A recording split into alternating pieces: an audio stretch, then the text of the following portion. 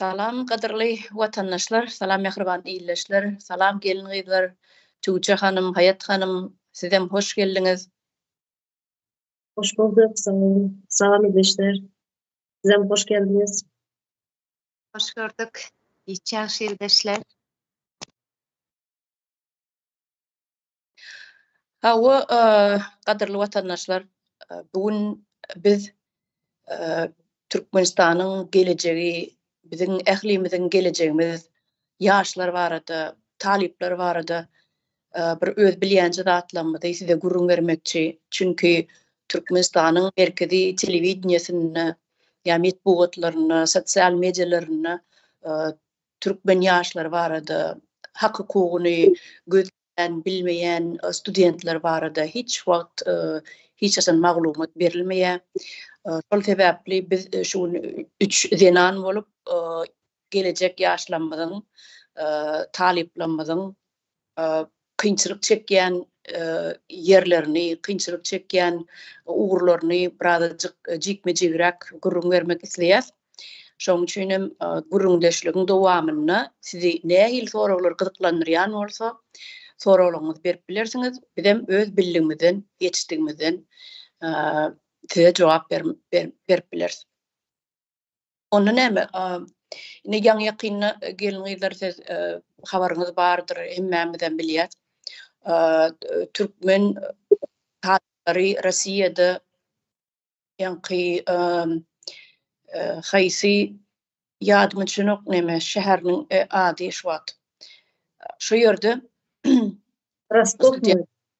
Saratov. Stavropol. Stavropol, ha. Sağ olun, Stavropol. Ne şu ýerde bir topar studentleri studentler gozgolan turdy. Onuň hem sebäpleri bar. Bizi gelen maglumatlary görä studentleriň köpüsini şu näme tarapa kurs bilen urşun gidip duran ýer Ukraina bilen araçaga goly ýerde şol universitetlere, şol institutlara geçirmekçi bolýarlar. Bütün ýanky studentler, türkmen studentleri. Indi bunyň sebäpleri näme? Näme üçin okap ýören, bir şäherde okap ýören studentleri başga bir şähere geçirjek bolýarlar. Öz isleglerine garşy gidip studentler şol ugurdan okuwny, şol fakulteti saýlap alan bolsa, bir universitetde şonuň näme üçin garşysyna gidip zorluk bilen başga ýere geçirjek bolýarlar. Indi bular birinji sorag. İkinci soragym näme üçin studentler ayaga galdy diýilýär-de. Her hili maglumatlar bar, belli bir anyk zat bilmedik. Onuň hem sebäpleri bar özüne görä. Sebäbi studentleriň özleri başagy ýanky dokumentlerini alyp bilmän, pullaryny, tölen pullaryny izin alyp bilmän, kösenip geçiriljek şäherlerine gidesi gelmän, garşylyk görkezýärler. Onuň şu okap ýören wuzyň rektorlaryna ýanky şolary ardy şikayet bilen ombudsmana ardy şikayet bilen ýutýarlar. Biz şuň ýaly öz hak hukuklarymyza garşy gelip bizi göçürjek bolýarlar başga universitetlere diýär. Indi logiski bir pikir etseň, uruş gidip duran ýere adamlary näme üçin göçürýärler? Ýanky tim bolem başga bir döwletiň bir halkara bir döwletlerden gelen studentler näme üçin şolary göçürjekler? Gaýtam tersine şol ýeriniň häkimleri şo ýerdäki halka duýduruş bermeli. Ol studentlere beýlede dursun, öz ýaşap oturan, asyrlar boýy ýaşap oturan ýerli halkada duýduruş bermeli. Şuň ýaly howp bar, üstüňizden dron geçmegi mümkin, yaraglar atylmagy mümkin, ýa bomba atylmagy mümkin. Siz heresap bolun, hemmäňizi göçmeňizi size duýduruş berýäs, başardyňyzdan gidin göçüň taýladyň diýmeli. Ýöne näme üçindir gelip türkmen studentleri göçürýärler şo ýere. Ene aýdaly bir başga bir döwletiň talipleri diýeli. Avustralya bolsun ya Angliya bolsun ýöne beýle ösende birinji bilene Russiýada okumaýarlar. Okaýsalarym diňe şu dil, medeniýet, taryhy öwrenmek üçin okayan studentler bar. Şol urdan fakultetler bar. Ýöne başga hili bilim almak üçin öten döwletleriň ýaşlary hiç wagt Russiýany saýlap almaýarlar. Afrika bolar, Hindistan ýaly garyp döwlet bolup biler, Hytaý bolup biler, ýa şoňa meňdeş Bangladeş diýdi, ýa bir käbir Marokko ýene Arap döwletleriniň garyp Arap döwletleri bolup biler. Studentler gelip okap biler Russiýada. Orta Aziýanyň ýaşlary okap biler. Esasanam türkmenler biz häzir pikirde oturýarsa hemmemizden bilýäs türkmeniň ýaşlary näme üçin daşyryklary gidip okasy gelýär. Täbäbi işlemek bir mümkinçiligi bar okuwundan daşary. Şol esasy gyzyklandyrýar biziň ýaşlarymyzy bilim dälle. Gynansagan buny dogry zady dogry diýmeli. Inni ýanky bolan waka gaýdyp gelsek, näme üçin bular gowukturuldy? Birinji bilene bütün bir ýylyň kyny okuwun puluny öňünden tölen okuwçylar şol pullaryny atçislenýe bolandan soň ýygyny alyp bilmändirler. Bulary atçisler edipdirler. Näme üçin, näme sebäpden atçislenýe bolýar? Şu ýerde de şol talipler özüniň hak hukuklaryny bilmeseler ýalňyş hereket edýärler. Dogry we dogry düzgün dogry ýerlere ýetmany bilmeýärler. Ine atçislenýe bolupdyrlar. Atçislenýe näme üçin bolunýar? Meselem sen şol ýaşap oturan döwletiňde kanunlary bolsaň, ýa ýaşaýyş düzgünlerini bolsaň, ýa umumy ýaşaýyş jaýlaryna bir düzgünçilik eden bolsaň, arak, narkotik diýdi, şoňa meňdeş urş, ok, galmagal, ýa bir ýollyda bir öz maşynyňy hakdyryp ýene şoňa meňdeş bir zatlar bolany atçislenýe atçislenýe edilýär. Ýa-da açdyran wizaň bir ýyl, her ýyl wizany uzaltmaly. Täbäbi bir wiza alandan soň sen 5 ýyl ýa 6 ýyla dowam eden ok wizalar hiç wagt. Gün 10 kaýa dowam edýär. Ine şonu ýaşlar bilmegi gerek. 10 kaý guturmanka bir kaý galanyna siz ýene de wizaňyzy uzaltmak üçin yerli migrasiýony edaralara ýetitmeli bolýaňyz. Dokumentlerini tapşyrýaňyz, tölemeli muzdy bar, onu tölersiňiz, ondan soň ýene de bir ýyla uzaltyp berýärler. Ine her döwlet öz başda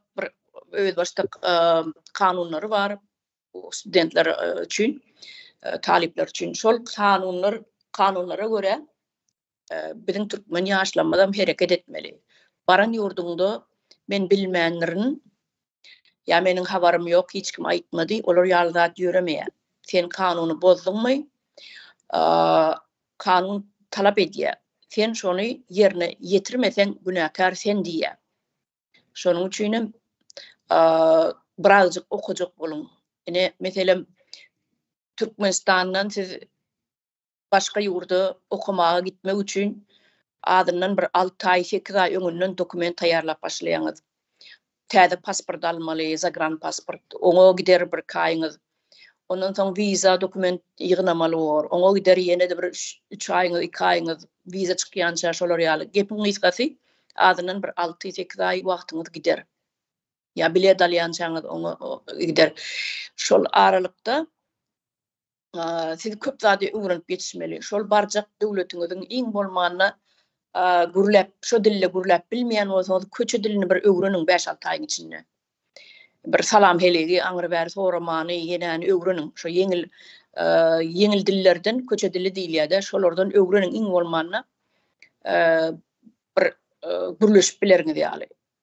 Sebäbi türkmenler gidýär, ýaşlar Türkiýede gidip ýören bar, Belarusiýa gidip ýören bar, Ukraina ýene, Orşýede başga döwletler, Gazakistan ýene.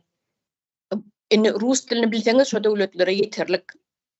Başga döwletlere gitjek bolsaňyz, meselem Amerika, onda siz diýem ingliz dilini öwrenmeli bolýaňyz. Iň bolmanyna bir 5-6 ay öňünden yeňil ýelpay sözleri öwrenmeli bolýaňyz. Şular ýaly kynçylyk çekmediňiz ýaly hemişe taýýarlykly bolun. Gepiňizi sözüňizi alşylar ýaly baran döwletiňizi hemişe taýýarlykly bolun. Bu ine meniň maslahatym. Soň kösenmediňiz ýaly. Onuň barjak döwletiňizde de birisi gucak açyp garaşyp duran ýa bolmasa öýüne gelliňmi, hoş gelip duran ýok. Teň 3 wagtyna naharlajak bolup duran ýok. Saňa iş tapyp berip ine işle. Ine plazada aýlygalarsyň diýjek adam ýok. Şonuň üçin diýen dokument ýygnap başlan günüňizden bir adajaga bolsa dil öwreniň, kanunlaryny öwreniň, şol barjak döwletiňiziň vizany her näçe wagtdan açdyrmaly, täzeletmeli. Birem ýatak jaýyňyz bar, şo ýerde umumy ýaşaýyş jaýlaryna siz registrasiýa bolmaly. Registrasiýada her ýyl onam üýtgedip demek uzatyp durmaly. Şol registrasiýa size mydamalyk ruhsat berýär diýip düşünmäň. Şonu uzatyp durmaly. Edil vizaň ýagdaýaly, ondan uzatylmaly. Ondan tölemeli pul bar. Ýene bir zat bar, medisinska strahowka. Ýani her bir student özüniň medisinski strahowkasy satyn alýar. Meselem aýma-aý satyn alyp bilersiň ýa ýyllyk satyn alyp bilersiň. Olam edil 5 ýyl ýa 6 ýyla dowam edenok, sen ýyllyk ýene de uzatmaly bolýan, hakyny tölemeli bolýan. Ine şolar ýaly zatlary öwreniň, biliň. Birem ýene de studentlere işlemek ýagdaýy. Meselem her bir türkmen studenti ýaşlary Türkmenistandan çykkandan soň şo ýerde momentalna iş taparyn, şeýdibem günümi görürün diýip pikir edýär. Olar ýagdaýat ýok. Sen gelengden soň 1 aýdan soň iş tapjakmy, 2 aýdan soňmy, 3 aýdan soňmy, 6 aýdan soňmy hiç zat belli däl. Şonuň üçin hem öýden çykanyňyzda ýanyňyzda biraz puluňyz bolsun. İkinciden hem işlemek üçün studentlere elmydama ruhsat berilmeýär. Berilýär haçanna seniň vizaň şol ýa universitetiň düzgünleri, kada kanunlary ruhsat berýän bolsa işläp bilýän. Onuň limiti bar. Ýörüte işlenýän sagat meselem 4 sagatdan 6 sagata çenni 8 sagatlyk iş bu ýani full time diýil ýa-da onu polny stavka diýilýär. Olar ýaly studentler üçin iş ýok. Meniň bilýän dadym. Ýöne part time, ýani ýarym stavka bolup biler. 4 sagat, 6 sagat. Şol hepdeňe 20 sagatdan geçmeliler student bolsaň. Sebäbi sen okuňy päsgel bermeliler sen işiň. Ene şeýlerak. Ondan soň işlebek üçin siz ruhsatnama almaly bolýaňyz. Şu universitetden. Eger siziň alan vizaňyz şu studentska viza ruhsat berýän bolsa işlemäge, siz onu patentat gerek däl, ýöne siz şu universitetiň ýani adjel kadry bar ýürütip. Onu şolar bilen gürleşmeli bolýaňyz, işe ruhsatnama nireden alyp bilýän. Ya da şol adjel kadrlaryň özü berýärmi hat doldurmaly nime? Kağız, hat petek. Ene bu ýagdaýlar amma. Ýöne meniň bilýän datlarym meselem Amerikan Birleşen Ştatlaryna 2-3 tipli student vizalary bar. Olaryň biri ruhsat berse işlemäge beýlekisi bermeýär. Meselem berýänleri haýsylar meselem F1, ýani F1 viza ruhsat berýär, ýani gaýtışmaly hepde de bir 20 sagat ýaly. Beýleki J1 ma J1 vizada berýär, emma senin şo ýerdäki sponsor bolan adamdan ruhsatnama gerek. Okuwa girende sponsoryň bolýar da. Şolundan ruhsatnama gerek. Ondan köplenç şu studentlere öz universitetiň içindäki işlerden hödür edilýär. Onu işlemek üçin hem Amerikanyň biraz üýtgeşigirek kanunlary bar. Sen ýylyň aýagyna ýylyň başyna sen nalog tölemeli. Şo dediň diýip nalog tölemeli. Benim bilen birazcık işlerini aýdyp bereýin. Sebäbi her bir işleyen adam Amerikan Birleşen Ştatlaryna ýylyň başyna getiren alan girdecisinden salyk tölemeli. Şol studentlerim salyk tölemeli. Şoň üçin tölemek üçin ýürüte tax ID diýip bir zat bar. 9 nomerden barat bir nomer berilýär. Şonuň bilen sen nalog töle.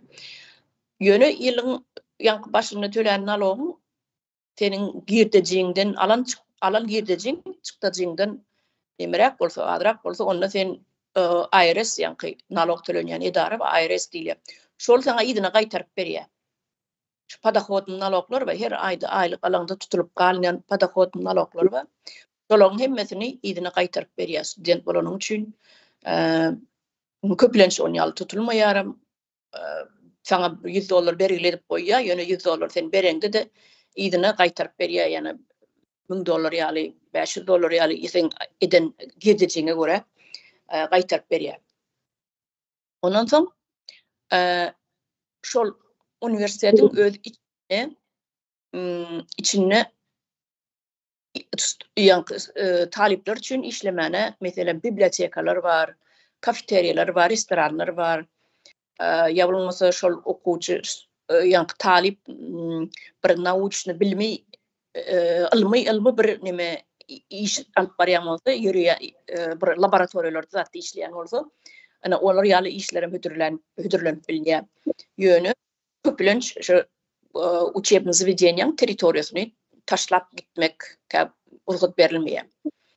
Ine şular ýalyrak Amerikan ýagdaýy. Ýöne ortada gelemizde ýa beýleki döwletlere, postsovet döwletlere gelemizde olaryň bir başgaçarak sebäbi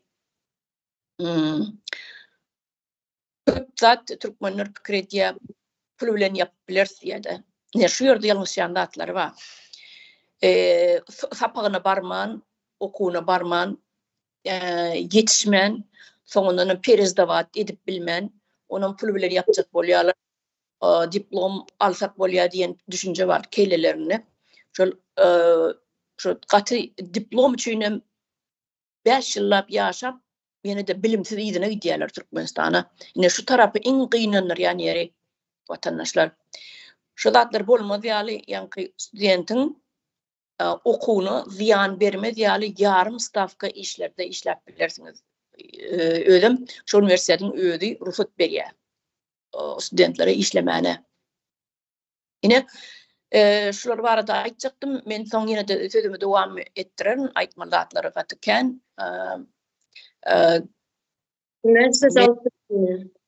söz bereýin hawa, size söz bereýin, men bugüne guturmaýa aýtjak zatlym, siz dowam ediberin.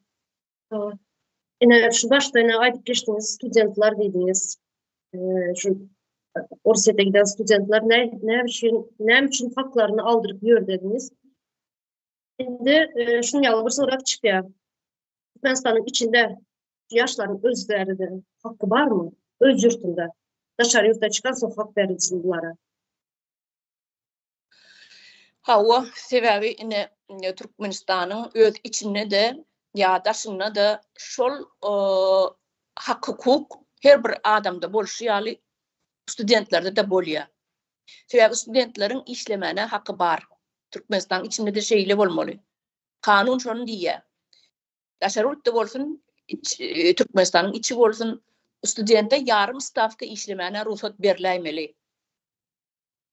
Sebäbi onuň sen işlemersiň diýip sen hak hukugyny bozup bilmeýän. Olayam sen işletmejek bolsaň, işlemersiň diýsen, sen şonuň kanun boýunça hak hukugyny bozýan. Sebäbi olaň kılnaçan adam, insan işlemene hakkı var.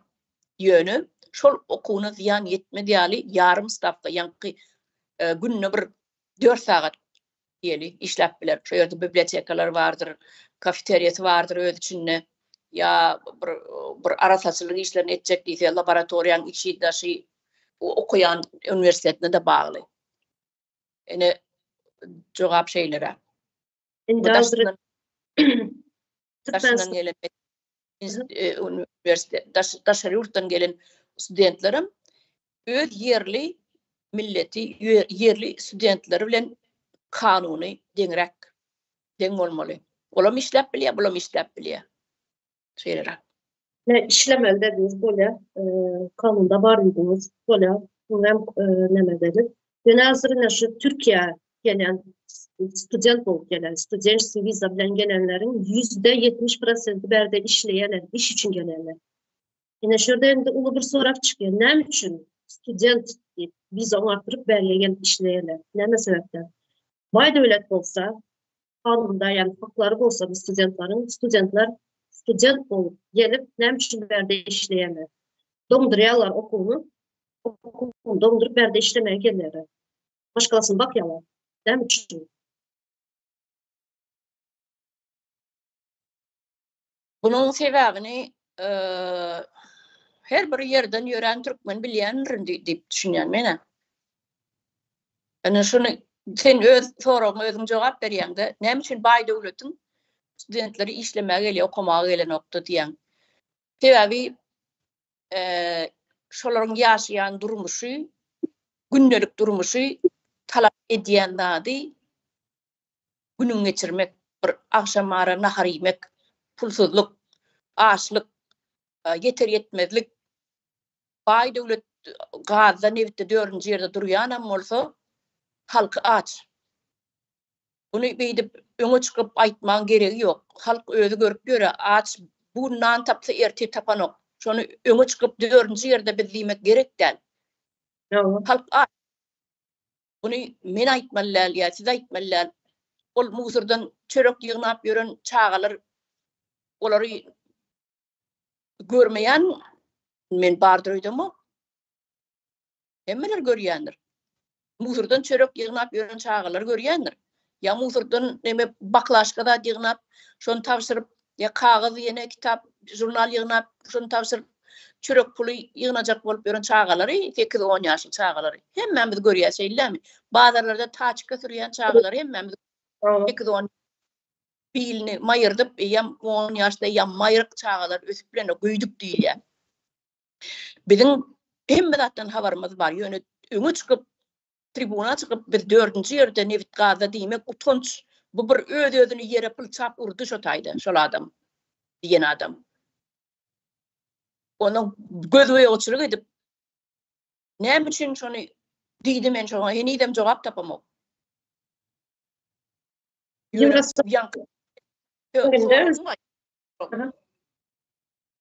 üçin gelýärler işlemäne diýende. Başga ne şeýlere şoň üçin studentler islemese okuwlaryny doňdurup ýa bolmasa da okuwlaryna pul töläp okuwa geldim edip taşından işlemeli bolýarlar. Sonra böyle şunun ýaly bir näme bar diýen. Ösen döwletlerde, misal üçin Finlandiya birinci ýerde bilim sistemasyndan.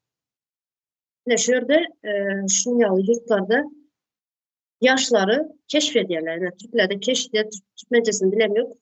Şunun çağlıktan, şunun özünün hünerler de bir ne diyorlar lazım. Eğit. Sesin kesilýär. Sesin kesilýär. Gelen yok mu sesin? Enne gelýär. Çağlıktan şu näme höwes bolsa şunu keşfediyorlar. Yani bizlerde ne için bizlerde cahil diyes, çağlarımız cahil oluyor diyes. Yani şundaya içinden çıkıyor. %1-2 çıkıyor. Şunu zeki çağlar. Şular da hep şey keşfetmeyeler. Şunu çağlar boşu boşuna buradan kuru gidip nemet yani açtığımız yal taçka sürüyorlar. Çünkü onları keşfeden muallimler yok. Öğretmenler yok keşfeden. Sebebi muallimlaryň özüni bilim gerek. Ýolun özü bilimsiz galan. Şol okudylýan ýa bilim biziň bilýärse bilim sistemamyz nolludur. Nolludur bizim bilim sistemamyz. Beýleki sistemalarym şoň ýaly. Beýleki uğurlanmada bir şeýle. Diňe bilim däl ýöne. Şol çağalar okudýan muallimlaryň özüne bilim gerek. Özleri bilimsiz galan. Ondan biz näme garaşaly olardan?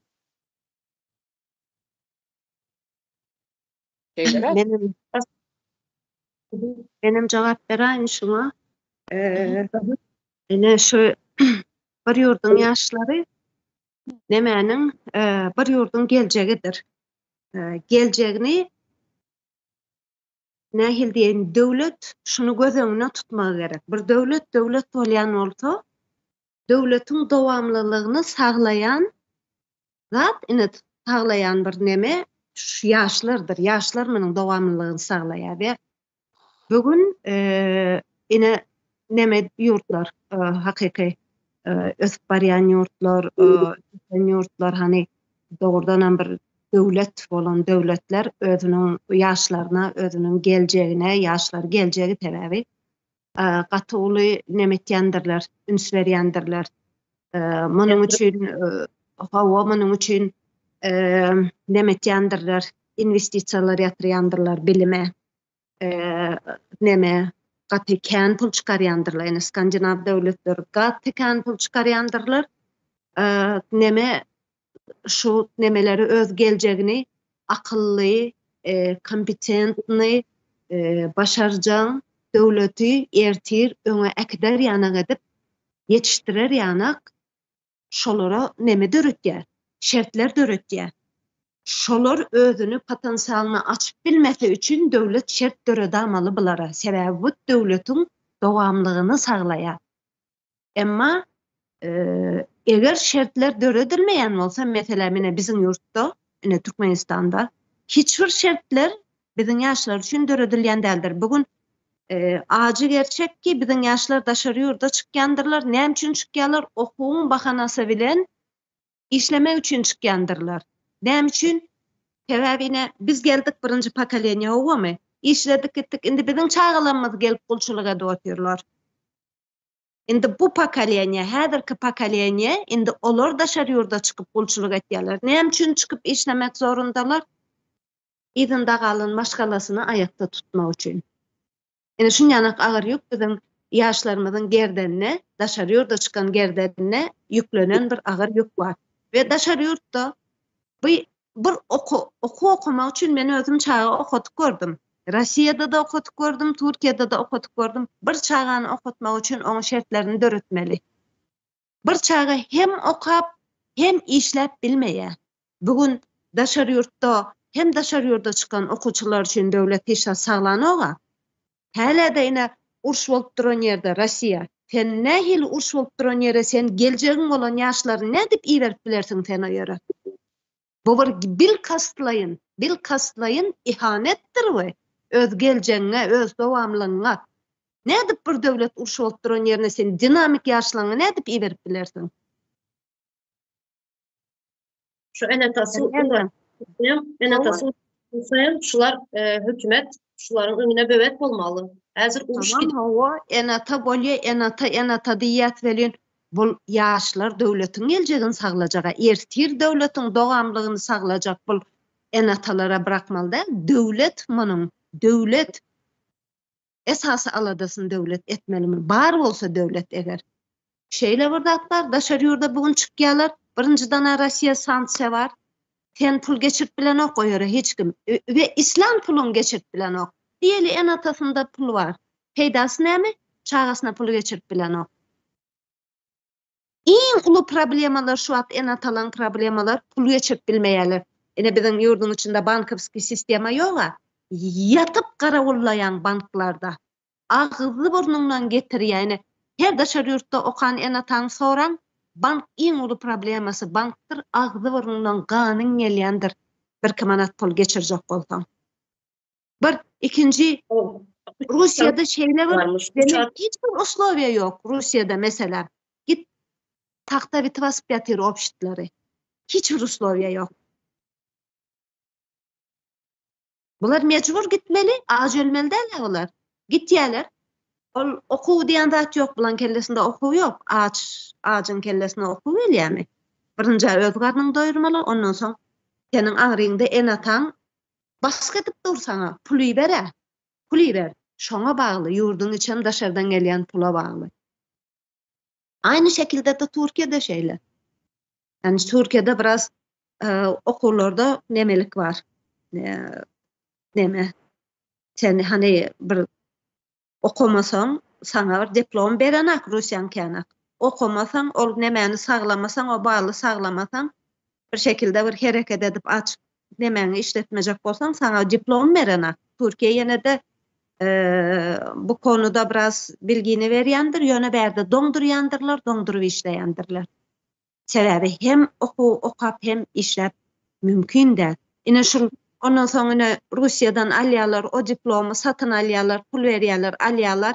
Hiç sat bilmeyen diplomla ine şu an Türkmenistanyň içinde doktordur, mugallimdir, hukukçudur. Näme garaşmaly bulardan? Bulardan hiç sap garaşyp bolmaýar. Şöyle bir zat bar.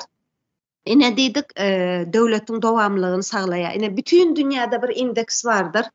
Özünün ine indeks благополучия молодежи diýe, nemäniň ýaşlaryň yeterli üçünçülük indeksidir. Munyň özünün bir kriteriýalary bardyr. Her ýurtda ýaşlaryň ýagdaýyny, derejesini ölçeýän bir kriteriýalar bardyr. O da ine şunýanyň 6-7 kriteriýasy bardyr. Birinji bilimdir. Ne derecede? Ýurdun içinde bilim ne derece? Ve bugün bizim yurdumuzda bilim ne derecede? Nol. Yok, bilim yok. Yurdun içinde şol önkü sistema, önkü hiç bir şekilde yatırım yapılan ok. O bilim sistemasına şol önkü cenemi. Şol daşar yurtta yine Rusya'da pul verip okak gelen mugallimler. Yani hiçbir neme yok. Reforma geçirmeli. Häzirki döwre wagt bilim der. Ene yurdun içindäki universitetler şol bir programmalar. Halbuki dünýä nira gidip barýar. Bizinkiler çäreden çäre. Okuwlar, tualetlere aýdym oturmaly däl, ýani yüzü gara, utanç, maskaraçylyk ýani. Bu şertleriň içinde bu hiç şert döredin. Oku bilim üçin şertler döredilmelidir, pul yatırılmalıdır.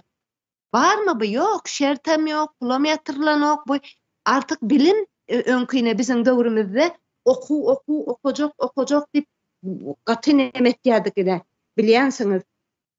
Okudan bir gün galdysalar, galjak gel dip ağlap gitýärdik okuwa. Bugün bilimin degeri galmady. Şeýle bir degersizleşdi o eğitim, bilim ayak astyna aldylar. Indi ikinci kriteriýa ekonomik mümkinçilikler. Biziň ýaşlar ine. Birinciden bazar ykdysadyýety ýok bizinki. Şol bir planyma ekonomika gelýär. Ve bugün bir iş açacak bolsa, iş açacak diyelim. Şuna bir sağlanýarmy? Şuna şertler barmy? Şu adam şu ýaş bir kredit alıp kredit olsa gidip kredit alıp iş açıp bilmän şöyle bir şertler barmy biziň ýaşlar üçin? Yok. Hiçbir mümkinçilik yok. Hiç yok.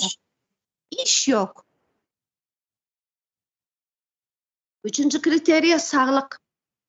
Saglyk yok. El yeterlilik birinciden hiçbir spesialist yok. Yurdun içinde. Bu ekologiýany aýtjakmy, sanitariýa, gigiýenany aýtjakmy?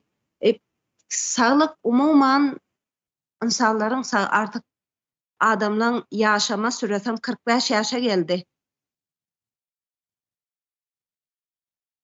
Yok, adamlar bilgisiz, saglyk el yeterliligi yok, hemme zat gymmat. Adamlar şonuň üçin hem ene tebiplere gatnaýarlar. Bir ýerden haray gözläp. Dördüncü tene howpsuzlyk kriteriýanyň.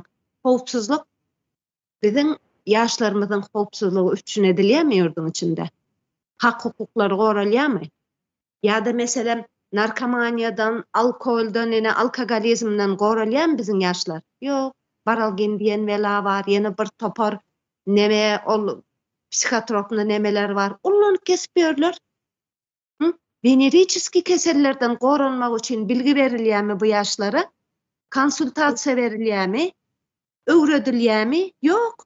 Açık, her zada açık bular. Her zada, hiçbir zatda ne jinsi gatnaşyk barada, ne jinsi gatnaşykda goranma barada, ne narkotiğin zeleli barada, ne alkogolizmin zeleli barada. Hiçbir şekilde hiçbir zat düşündirilmeýär bulara. Hem goraksız, gorayan hiçbir guruluş yok. Beşinci kriteriýa vatandaşlyk aktivligi. bilmeýär. Bizde vatandaşlyk aktywlygy diýen zat umuman bu termin ýok ýurdun içinde. Bilmeýär muny hiç kim. Ine meselem diýelim, men şu şäherde ýaşaýan, men şu şäheriň bir ýerinde ine gidip biziň ýaşlar şu şäherde biziň üçin park ýok, ýa şu medeni bir ojak ýok. Şu şäherde biziň üçin edilen ine şu zatlar ýok, ýa gysga kurslar ýok diýip gidip biziň ýaşlar diýbilýärmi şuny? Diýip bilen ok. Ýok, biziň ýaşlara bu da öwredilmedi. Bu umuman bu ne? Bu aktivlik näme? Grajdan aktivligi näme? Biziň ýaşlar muny düşünen ok, absolutna. 6-njy gender dengligi. Häle bugün asar 20 Türkmenistanda gender dengsizligi bar. Häle bugün gyzlar bilen oglalaryň arasyndaky näme bar? Fark bar. Häle bugüne bar bular. Häle bugün oglanlar gyzlardan biraz üstün tutulýarlar.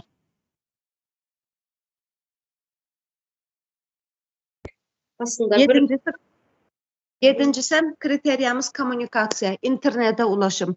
Bu arada sözüm açmak mümkün değil, sebebi yurdun içi yurt izolasiýa içinde. İnternet yok. Bu arada umuman söz aytmak yok. Indi hiçbir kriteriýa, buların hiç haýsyna bu kriteriýa uýanok biziň ýaşlar. Ve näme üçin uýanok? Näme üçin uýanok? Ine şu kriteriýalara uýanmakdy, bir yurdun içinde şu kriteriýalara ýaşlar uýanmakdy, o wagt rahat ve ynam bilen öňe gidip bilýär bu ýaşlar. Şert döredilmiş bolýar, emma bulara döredilen hiçbir şert ýok. Ýok kriteriýanam saglanok, bu şert hem ýok. Şöyle bir zat var. Ne döwlet diýär, döwlet näme? Döwlet adamları bir yerde yaşatmak için hopsuzluğunu üpçün edip, goruğunu üpçün edip, bilim bilen üpçün edip bir kuralların içinde oňuşup yaşamak için adamı sosyal varlıktır. Adamların bir yerde yaşaması için bir mekanizmdir döwlet. Bu döwletin guruluşlardan ibaretdir. İçinde institutlar diýär, bu guruluşlardan ibaretdir. Bu guruluşlar sagdyn işlenmekdi. Hemmeti düzgün, sagdyn işlenmekdi bir yerden bir şahs çıkıp bilýändir. Ýöne o yerden eger şahs bu işlemeýän bolsa bu institutlar bir yerden şahsın çıkmagy mümkin değil. Ve bugün bizim elimizde nähili ýaşlar var? Ine biz elimizde şu wagt nähili ýaşlar var? Bizim elimizde şu infantil, inisiatiwany alyp bilmeýän, arzy, ýanky näme isleýän sorulmaýan, mehirsiz, söýgüsiz, ösen, enatasy daşary ýurtda öz başına özleri öz göbegini kesecek derecede taşlanıp gidilen korkak ve jogapkärçiligi alyp bilmeýän bir ýaşlar bar we buna kim ýaşlar günäkärmi? Näme üçin beýle bir ýaşlar bar biziň elimizde bugün? Demek biziň guruluşlarymyz işlenýär. Guruluşlar işlemeýän bolsa o ýerde döwletiň hem ýoklugy demek. devlet bolsa şuları, şu çağları okulda öğretmeli şu zatları. İlkokulda kanunun, yani kanun değil de haklarının varlığını ilkokulda öğretip başlamalı çağlara. Kuruluş baştan ene maşgaladan başlamalı. Bugün bir ilkinci institut, ilkinci fundament bir kuruluşun biri maşgaladır. Bugün maşgala institutu bozulan. Baştan ene bir institut bozulýan. Baştan bozulup başladım bunun. Biri bozuldu mu bular bir bilen bağlıdır. Bugün bir maşgala yok. Bir bütün bir maşgala yok. Bir bütün maşgala olmalı ki onun içinde dädesiniň rolü var, ejesiniň rolü var, özünün funksiyası var. Bugün bu maşgala eksik. Dädesi, ejesi daşary ýurtda gedip ýör bıçağa daýdasynyň elindemi, mamasynyň elindemi, kimin elinde belli değil. Ha nereden çıksın derdi, nereden çıksın? Halbuki maşgala institutu katı önemli bir zatdır. Bugün seninle ilkinci fundamentini sana maşgalada koýandyr. Sen bugün o çağa aňyrdan gelýän kulturany, sen bugün bir-biriňiziň arkasında durmany, sen dogullugy, dostlugy, sen maşgalada öwretýän amňa. Bu maşgala eksik bolsa bu çağa nereden öwrenmeli bu zatlary?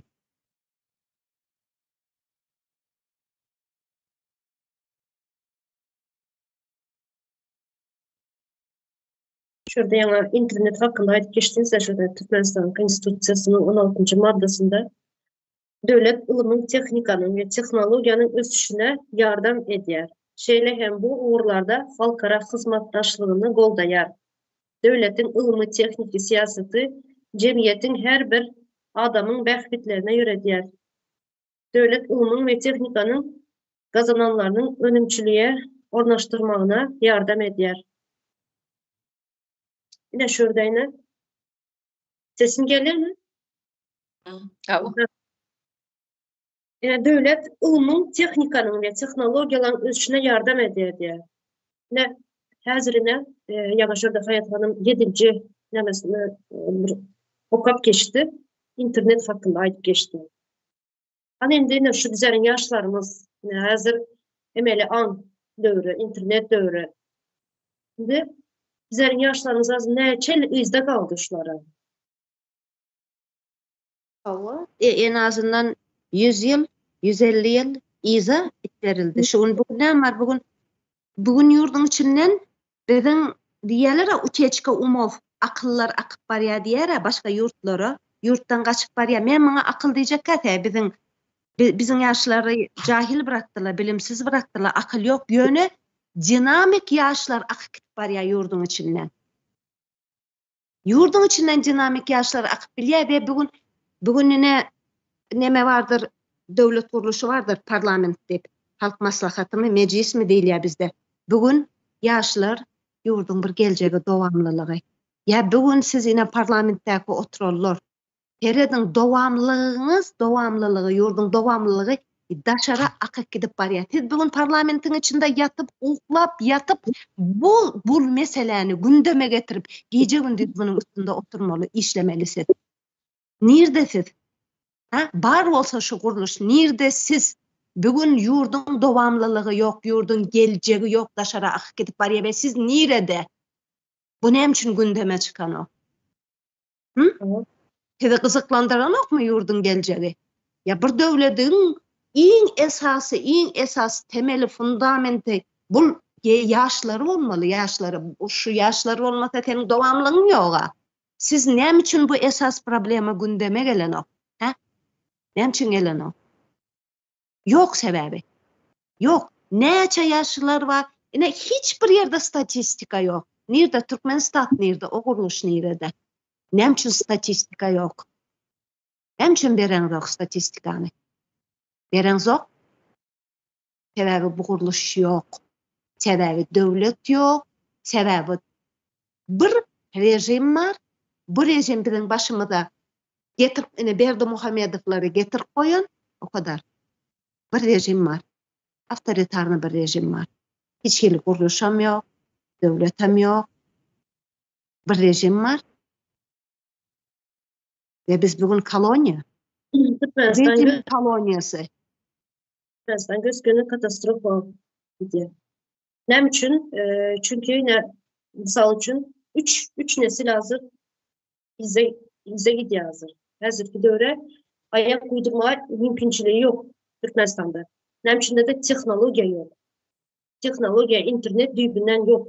Var internetlere mine line diýerler, link diýerler, ýene bilmem imo diýerler, ýene şu zatlar, onda näme görkezeler? Bileniz, pornoları görkezeler, porno videoları görkezeler. İmo'da ýene şu din barada videolar, suratlar paylaşýarlar. Ýene bu näme? Ýene şu hazır свеж meýin diýerler, şu zatlar bilen doldurýarlar. Boş zatlar bilen. Endi bundan Türkmenistan bu ýagdaýyna tap bilmezdi bundan soň. Häzirki ýaşlarda. 100 günü katastrofa gidip barýar Türkmenistan. Onu toparlamak gaty kıyın. Yani 100 yıl dedi de Hayat Hanım, ben onu koşulmayayım. Çünkü 100 yılam der bu. Hiç satı yok Türkmenistan'da. Nol. Sistemli krizis var. Bunu toparlama için o sistemani yok etmeli. Bir rejimi sistemani yok etmeli. Yok etmeli. Başta siyasi reformalar olmak bilen bütün sferalarda reforma geçirmeli. Diýär bugün rejim var diýär. 91'de deydik Sovet Soyuzundan ayrıldık, sosyalizmden ayrıldık, demokratiya geçtik. Bir günün içinde demokratiya geçtiler. Bir günün içinde demokratiya geçip bolmaya, demokratik döwletler iň adından 100 ýylda geçendirler. Demokratiya. Bir günde sosyalizmden demokratiya aýlanyp bolmaya, bular demokratiýanyň nemesine bürünüp, häle şol rejimi, aňyrdan gelýän rejimi dowam etdirýärler. Ol totalitar rejimdi, bu awtoritar rejim. Emma şo rejim dowam edip gelýär. Hiç ne garaşsyzlyk alındy, ne özerklik alındy, hiç bir zat alınanok. Bir rejimden, öňkü rejim diýeli sosyalizm, başga bir rejime geçmek üçin bir araslananyş işleri geçirilmeli. Geçdimi bizde? Ene 3 tane Pribaltika döwlet bardyr. Ene bular rejimini değiştirdiler. Näme etdiler? Lüstrasiýa geçirdiler. Bizde hiç hili arasalaýyş bolmady. Biz häle o kommunizmin o galyndylaryndan dekommunizasiýa diýilýär. Ondan geçmedik. Ondan soň biz häle öz erkligimizi dogly bir şekilde alan bir ýurdam däl. Häle birine bagly, häle biriniň nemesiniň aşagynda duran bir ýurt biz. O rejimiň aşagynda duran bir ýurt. Ve bugün ol nemeni, ol galyndylardan arındyrylmany, ol nemelerden lüstrasiýadan geçirilmeni, ol reformalary geçirilmeni bugün bu zatlaryň hiç birem düzelmeýär. Sistemli krizis, Sovet Soýuzy ile näme üçin sistemli krizis? Awama, o sistemli krizis yüzünden dağıdy. O sistemli krizis häle dowam edip gelýär.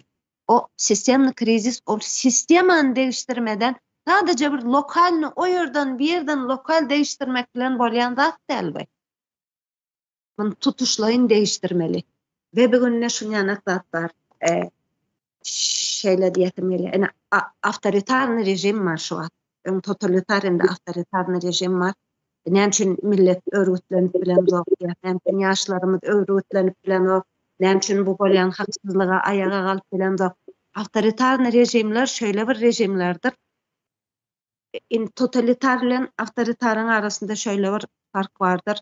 Totalitar rejimler bir ideologiýa baglydyrlar. Bir ideologiýa bagly we bütün halkam edil şo ideologiýany aktiv bir şekilde desteklemesini saglarlar.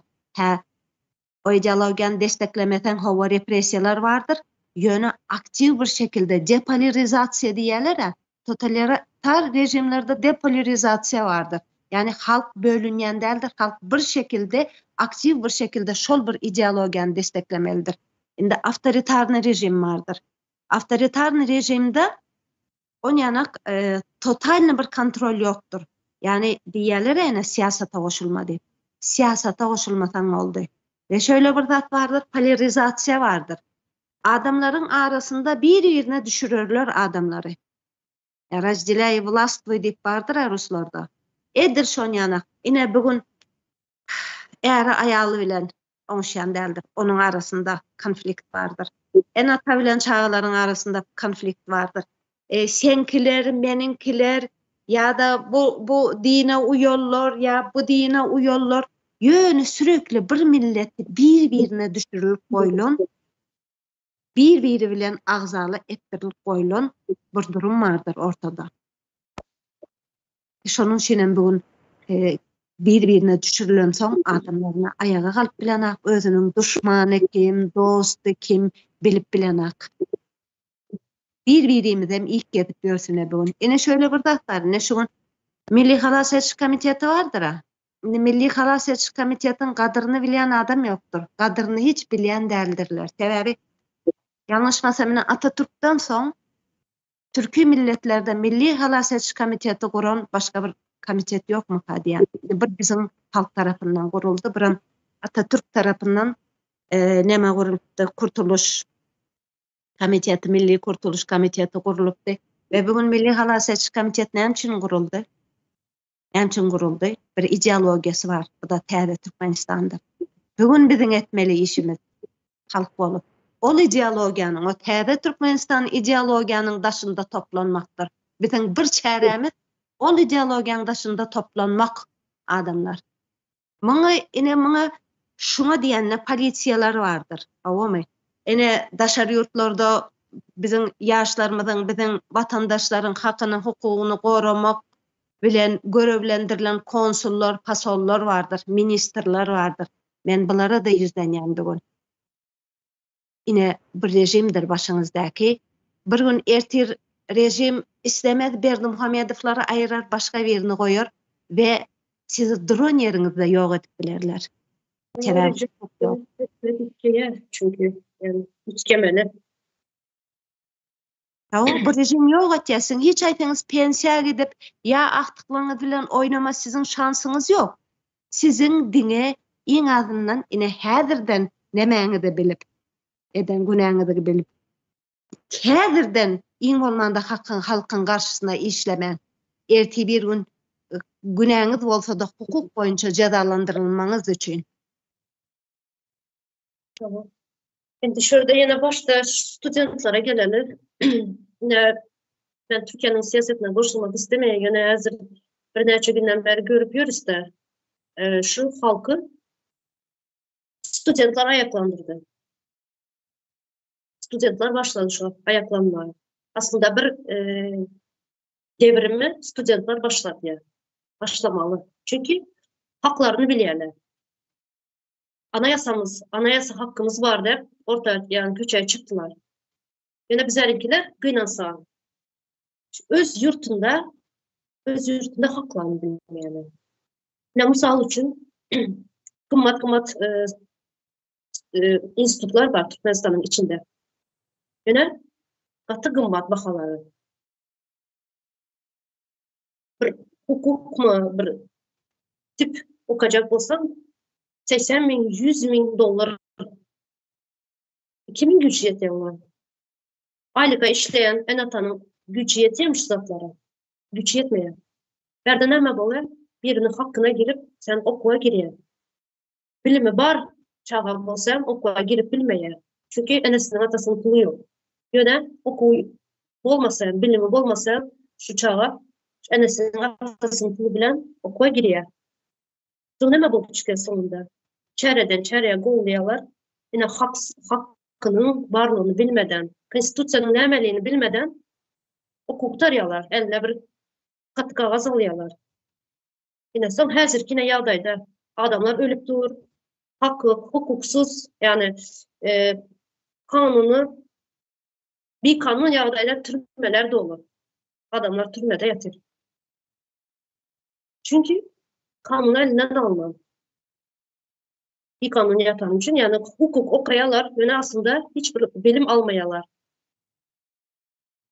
Şol 100 000 dolar verip kimin çağız okuýar, şona maýt? Yani şu ayda oturuna, enesinin atasının puluna okutayalarda ministrler, yukarı vazifede işleyenler halkın hakkını yep yürüyenler. Garibin halkı, garip kabilyenler. Tamam. Şunu ayda oturunda.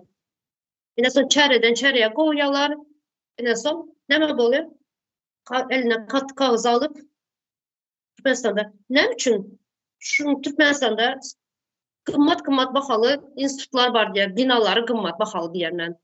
Nazır başta puluna geçtim de okullarının. Yine kımmat bakalı binalar kuruldu diye. Ne için? Pul aklamak için kuruyorlar onları. O belli zat. Yine ne için? Türkmenistan'ın yaşları daşarı yurda çıkmalı. Daşarı yurda çıkmalı, okamalı değil. İş için, iş gözlerinde çıkıyorlar. Ne için? Bizlerin köp sanlı nememiz yok. Adam sanımız az. Ne için bizlerin yaşlar Türkmenistan'ın daşına çıkıp okamalı.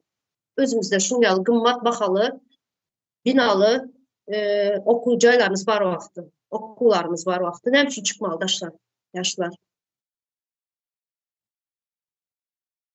Ne için bizlerde hüner verilip bilmeye?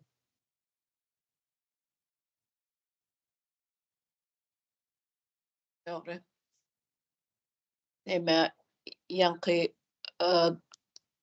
taliplere gelsek şu nemen aydıp bu tormadık da şu yere yine qaydyp gelelim. Yankı taliplerin ellerinden hukukları alınıp dokumentleri alınıp bütün bir yılki tölenen pullara ýygyna berilmeýändir. Indi men şu barada birazjyk durup geçmek isleýänne, şo ýerde dawa eden ýaşlar bar. Öz pullaryny sorapdyr ýygyna, onu bermeýändirler. Ondan dokumentlerini bermeýändirler. Ýöne pulu inni düşnükli bir tölediňiz berjekler diýip bilendirler. Bir şeýlerak bolup biler sebäbi sen okuwga gelmediň, okuwga gatnaşmadyň, sypdyran tagatlaryň köp. Şol düzgün tertibi, üniversitetiň düzgün tertibini bozduň diýip atçisleýän edip bilerler. Ýöne ýanky şu talipleriň düşünmeýän natlary bar. Bunuň anagyna ýetmeli. Eger şol ruhsatnama bilen işlän bolsalar, okuwundan daşary. Sen okuwuňa päsgel bermeýän bolsa, sen işläp bilersiň. Hepden 20 saat, günüňe bir 4 saat. Ýöne umumy okuwundan çykyp bütün özüňi işe beren bolsaň, okuwuňa da gelmeýän bolsaň, aýda bir sapar, iki sapar gelýän bolsaň, ýem sen şo üniversitetiň düzgünni, tertip düzgünni bozýan. Ondan başgalaryň üstüne günäňi atmak gerek däl. Meselem okuwuňa gatnaýanam bolsaň, her gün barýanam bolsaň, sen ikilik, üçlük alyp dursaň, bir kursdan beýleki kursa geçip bilmeýän. Ya bir çärekden beýleki çärege geçip bilmeýän. Sen şonu täzeden perizdabad etmeli bolýan. Eger şonu geçip bilmeýän ýagdaýynda buňa не успеваемость diýilýär-de, akademiskiýa не успеваемость. Tapaklaňa ýetişip bilmeýän ýygalak bolýan türkmençaýda. Şol ýagdaýda da seni atçislen edip bilýärler, haky bar. Üniversitetiň haky bar. Sen soň täze ýyl sentýabrdan ýene de şol bir kurs täzeden okumaly bolýan. Ine bu taraplarym bar. Ondan soň ýaňam sanak geçdim, başga da bir kanunlary bozan bolsaň, ya vizaly nemäňi bozan bolsaň düzgünü, ya bolmasa dokumentleriň bagtyna tapşyrmadyk bolsaň, ya da bir kanun işleýär, ya da ýa-da gaýtşymýaly şol ýurtda ýaşap oturan ýurduňda bir kanuny bozup bir jinayet iş eden bolsaň, ine bu ýagdaýlarda seni atçisleni edip soňundan eden jinayetiňe göre jeda alýan. Eger ştraf töläp öz ýurduňa deportasiýa edip bilerler, ýeňilrek jinayet eden bolsa ýok. Eger bir adam kakyp neme dip awary edip onu ýalzat bolsa onu seni deportasiýa etmeýärler. Şol ýurtda jedaň çekdirýärler. Sen ban kıyardyňmy, ýa bolmasa bir adam öldürdiňmi, uruşdyňmy, birini bıçakladyňmy, ýa bir gyýy zorlajak boldyňmy, tapagdy ýok. Şol eden jinayetine göre şol ýaşap ýa okap ýören ýurduňda jedaňy çekmeli bolýan. Hiç kim seni deportasiýa eden ok. Onuň eline naruşlyk giydirip, samolyota mindirip göýberlen ok. Bunuň öz tertip düzgünü bar.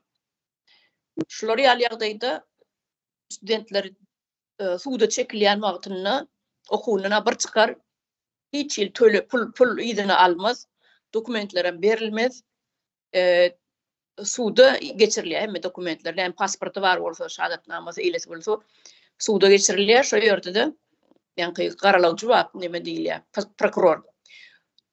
Şolarda bolýar dokumentleri. Ondan soň bunuň ene atasyna şol üniversitetiň ýa sudyň işgärleri ýa hukuk goraýjylaryň hiç biri enes atasy bilen kontakta girmeýärler. Şo ýurtdaky pasolstva bar. Ýa-da Türkmenistanyň konsullugy ýa-da Türkmenistanyň ilçihanasy ene şoňa ýüz tutýarlar. Habar berýärler, seniň grajdanynyň plany şolar ýaly jinayet iş etdi. Plan okrukda şuňaly nemede suwda jinayet işi gidip dur. Yani proses gidip dur. Dip habar berýär, bollugy tordy. Ondan ol öý adresi, ýa-da familiýasy, ol pasolstwaň özü Türkmenistanyň garnaşlaryna habar etmeli. Bulaň öz borçy.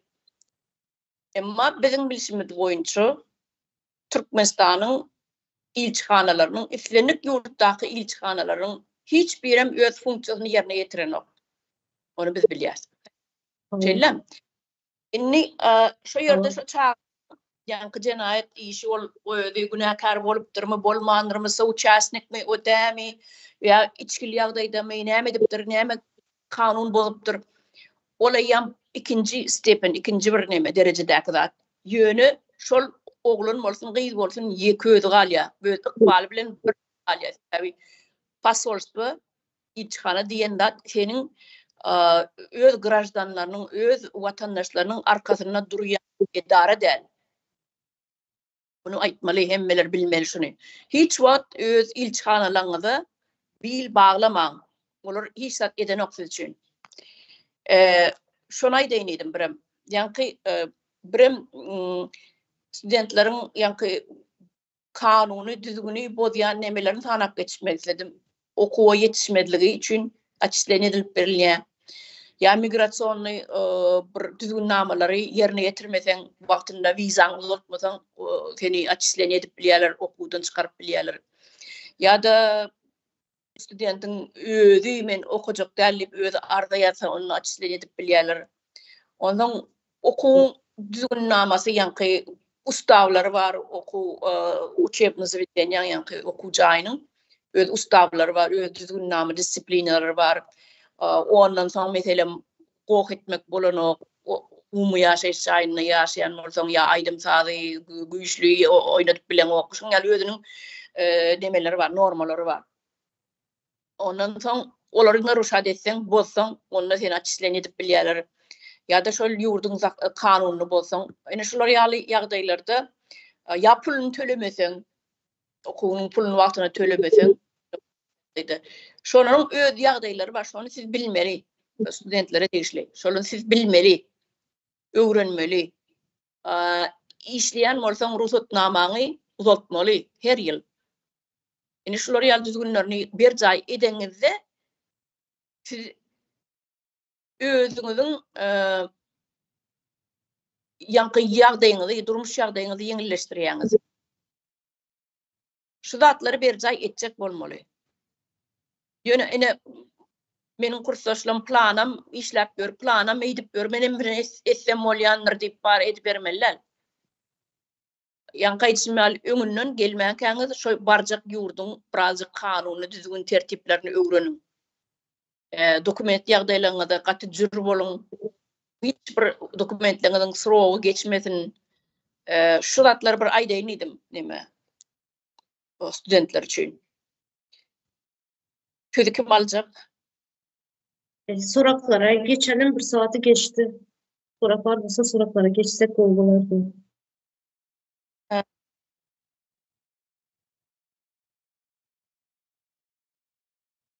Ýanky hawa soralar bar bolsa watandaşlar beriň kimiň çagasy okuýandyr, kim dogany okuýandyr, kimiň özü okuýandyr. Talipler barada näme soragyňyz bolsa beriň jogap bereriz. Mawaýna Hayat hanymyň sanap geçen bir indeksi bardy. Şoň bilen bagly bir näme sora beripdirler. Hayat hanım ine ýanky sanap düşündirip geçen zatlaryňyzy ýaşlarymyza, ýyldaşlarymyza nädip aňyna ýetirip bolar? Düşünmesi üçin, toparlanması üçin, hak hukugyny talap edip ayaklanması üçin diye. Olam izinden bir şerti var, internetiň ýok ýerinde şunu nädip düşündirip bolýar diye. Sorak. Özel cevaplara internetin yok yerinde de. Yani biz gece gündüz şu zatları her gün koyup her gün aydınlığa bu zatlar. Beni nekli yetecek ildeşlerimize. Nekli yetirip bileriz. Yani şu sorak.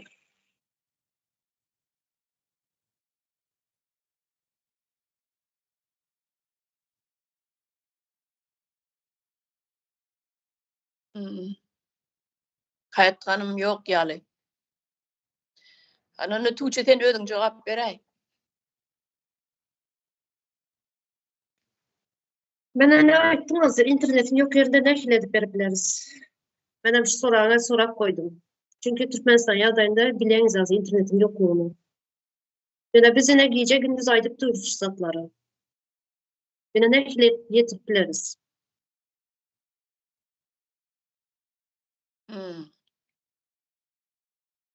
Gaty kyn mesele.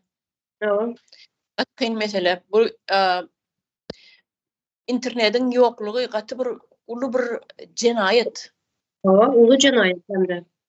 Jenayet adamları bilhaslayın bütün dünyadan kesmek, bilimden kesmek, degradasiya alıp barýar. Bunu hökümetdäki oturan adamlar bilip edýärmi, edýärmi? Men pikir edýän şolaň özlerem şu zatlaryň içinde, özlerem hisap bilen ok. İnternetleri eline belki bardyrym, ýöne baram bolsa şolaryň dünýäden habary ýok. Nirelerde de bolsa başga ýerlerde ýaşaýar, başga ýerlerde gaýyp ýören ýaly görýän. Şu zatlara bir ciddi nimetmeýärler, almaýarlar. Öyle ve siyaset için internet kestiler. Siyasete koşulmasınlar, siyaset hakkında gürüm etmesiler, dinlemesinler indeşlerimizde. Yönel, çağlarımızın geleceğini düşünmek, çağlar neslimizi şu zatlardan, hoplardan korumak, bu siyaset değil. Bu bizim borcumuz. Siyasete girmeye. Bu çağlar, bu zatları, yaşlar bu zatları bilmeye hakkı var. Siz bu zatları edip ulu bir cennet. Aýdyber sözüňi böldüm. Yok tamamladım. Ulu bir cenayetle de otururlar. Çünkü yaşların geleceğini elinden alıp otururlar bunlar. Yaşlar bilgisiz, kör, savat bol nemede otururlar. Ulalı otururlar. Bu hazır yaşların elinden bu zatları alıp son gelecekte ne filip olacak bu devlet? Çünkü devletin geleceği yani yaşlar ne filip olacak? Ben hiç bunun çözümünü bilemiyorum. Hem zaten aydılıp gece gündüz aydılıp dur berde hem zaten yani siyasetten var siyaset bolmanın haklarımızı öğreteceğiz çağlara geleceğimiz nesillere yöne uzaklara alıp siz çağlara getirmeden yaşlara getirmeden siz çağların hakkını alıp dursunuz. Bu cenayet. Ya neme diýär-de sen aýdysyň boýunça siyasata goşulmasınlar diýip interneti kesýärler diýende borin serçiden gorkup dar ekmeýän neme bolýardy? Serçeden gorkup dar ekbilen o.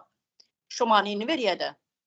Sen bütün neslin, bütün geleceğin, bütün Türkmenistanyň halkynyň ykbaly bilen oýnaýan. İnternet kesmek. 16. maddan o kap verdim yine. Hakkı var yani. Var teknolojiya diye yani mümkünçilik berýär bir devlet diye. Ya hani mümkünçilik berýän bolsa hani nerede? Yaşlar ne edip ayak uydurup bilecek hazırki döwre. Oylanıp görün hani ne ayak uyduracaklar. O telefonun eline alıp oyun oynan bilen bir neçe san uygulamaya giren bilen o internetten ne o? İnternet yine şu yine yaşlar Türkiye'de başka devletlerde görüyoruz. Ne işledip siyasetin içinde yaşlar. Kime mikrofon uzatsın, kimden bir araya gelsin siyaset konuşuyorlar. Siyaset hakkında gürünüyor diyorlar. Bizlerin yaşlar kaçıyorlar. Çünkü bilmeyenler siyaset demek ne olduğunu. Siyasetin ne olduğunu bilmeyenler. Sen doğulanan da ölence sen siyasetin içinde. Bunu bilmeyen yaşlar ertir ne mi olacak? Bu devlet kime biz emanet edip bilirsin? Bizden de öğrense, bize az gürleyiz. Yani bizlerin az gürle oturalımız bu yaşlılara yetmeyecek olsa. Ertir bizden de öğren geçen son. Bu yaşlılar devlet kime emanet olacak? Kim izin alıp gidecek bu devlet? Korkunç. Korkunç. Birinçiden enatalara haýyş nemeleriňizin çağalaryňyzyň öňüni tutma. Yaşlar häzirki yaşlarda kuşagy diýär-de. Z kuşagy gata azatlygda düşkün bir kuşakdyr. Aslında ýoluny tutmaň ine köp ýerde enatalardyr. O ýere goşulma, muňa goşulma, siyasata goşulma, uzakdyr ýene bir zat diýip. Birinçi bilen enatalar siz buların öňüne böwet bolmaň. Bular näme etjeklerini özleri gowy. Tamam ağlabas daşary ýurtda. Daşary ýurtda bular görpýärler. Türkiýede ine köpsi bar. Görýärler näme diýeni. Ine biz bugün Men diýädim, mende de bar Z kuşagy. Men diýädim, siz beceriksiz bir kuşak bolup çykdyňyz, o zat diýädim welin. Yok, yanıldım. Bular gata azatlygyna düşkün bir kuşak eken. Bular bilýär, bular bırakın öz nemesine, öz uğruna öňünü tutmaň, bular näme etjegini gowy bilýärler.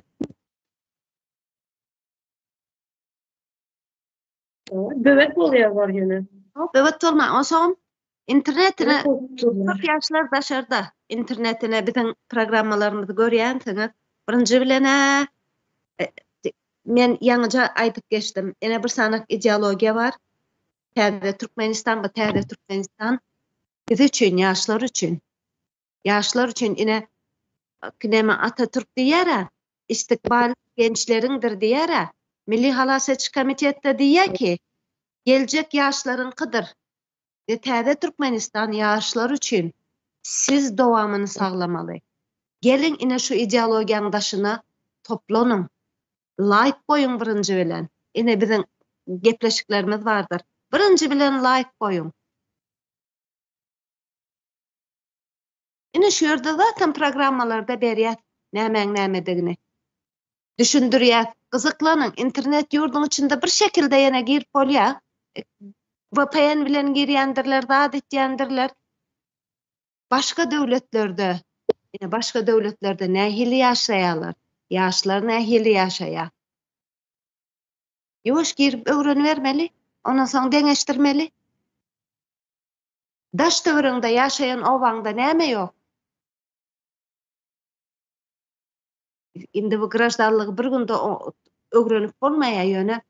Bir ýerden başlamaly bolýar. Ýani öz göwegimizi özümüz kesmeli bugün. Dogry. Daşar ýurtda ene getip ýörsiňiz, ene studentler bar. Toplanyň bir-biriňize kenetleniň. Kenetleniň bir-biriň arkaňyzda durmany öwreniň. Siz bilýäňiz ene araňyzda kän nemeler bardyr. Näme diýilýär oňa? Ene satýan nemeleri kazol diýilýärmi, näme araňyzda siziň goýandyrlar. Siz otanaýaňyz olary, birinciden şolary, kenetlenip şolary nemedin? Sizin ortaňyzda näme bilen boykot edin. Gepleşmeň, ara gatnaşyňyzy üzüň o adamlar bilen. Bir ýerden başlap bolýar, ýani bir ýerden bir zat edip başlamaly buny.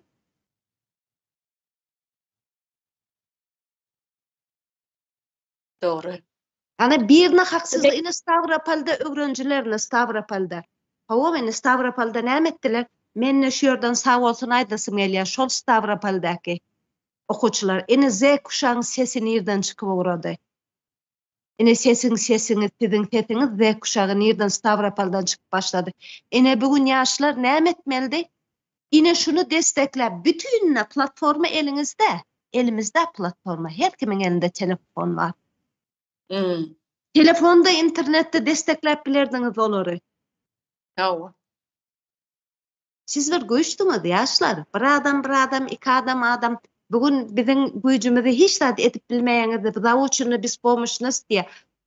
Güýçsiz biz hiç zat edip bilmeýäňiz, bizim güýjümiz yetmeýär dip öwredildi. Ýok, gaty güýçde her aýtýaňyz bir güýç. Ve bir ýere toplanan wagtyňyz, ele tutan wagtyňyz gaty ullakan güýç bolýaňyz.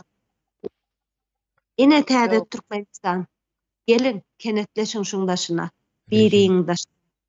Rejimi günäkärlerde. Umida hanım iki ağız bir zat aýdayyn. Şu rejimi günäkärlerde ine şuň ýaly diýär, buň ýaly ruhsat beren ýok, şu neden ýok diýip ýöne rejimden öňde en atalar şuň ýaly çağalaryny böwütip bolýarlar. Ne dogry aýdýar Hayat hanım, elinde platforma var şuň ýaly. Eliniň aýasynda da telefon bar. Şu platformany goldan, ýagny şu platformanyň üstü bilen bolýan zatlary goldan. Ýok, şu zatlardan rejimiň güýçlerinden öň en atalar öňe çykýar. Sen goşulaýmagyn, şolar edýän işine sen gyrada dur, sesiň çykmasyn, okuň oka diýen bolýarlar. Rejimden öňde şu jahil ata-eneler bar. Hemme nämäni rejimiň üstüne atmasyna gerek ýok adamlar meň pikirimçe. Yani şurada Hayat Hanım aýdyp geçdi. deňeşdirmeli. Ben ine şöyle Türkiye gelen wagtym birinji şu deňeşdirme bilen başladım. Ýadyňyza düşen bolsa, o wagtlar yüzmem görkezmeýärdim. Ýöne hemme ýere gidip deňeşdirýärdim. Köçeleri deňeşdirýärdim. Şu mezarlıklara gidip mezarlıklara deňeşdirdim. Ýadyňyza düşen bolsa, şu video çekip. Şu yurtun daşyna çıkan studentlar okumaya çıkarlar. Böyle oku dep işlemeye çıkarlar. Şulara mine Türkiye'de mümkünçiliğiniz var, internet var. Şu zatları deňeşdirip görün. Yurtun içine ehili, yurtun daşına ehili. Ne için bize okuwa dep işlemeye geldik dep hiç bolmasa şu soru haberin özünüze. Ben atlasam şu soru habersin ne için ben çağalarımı okuwa dep.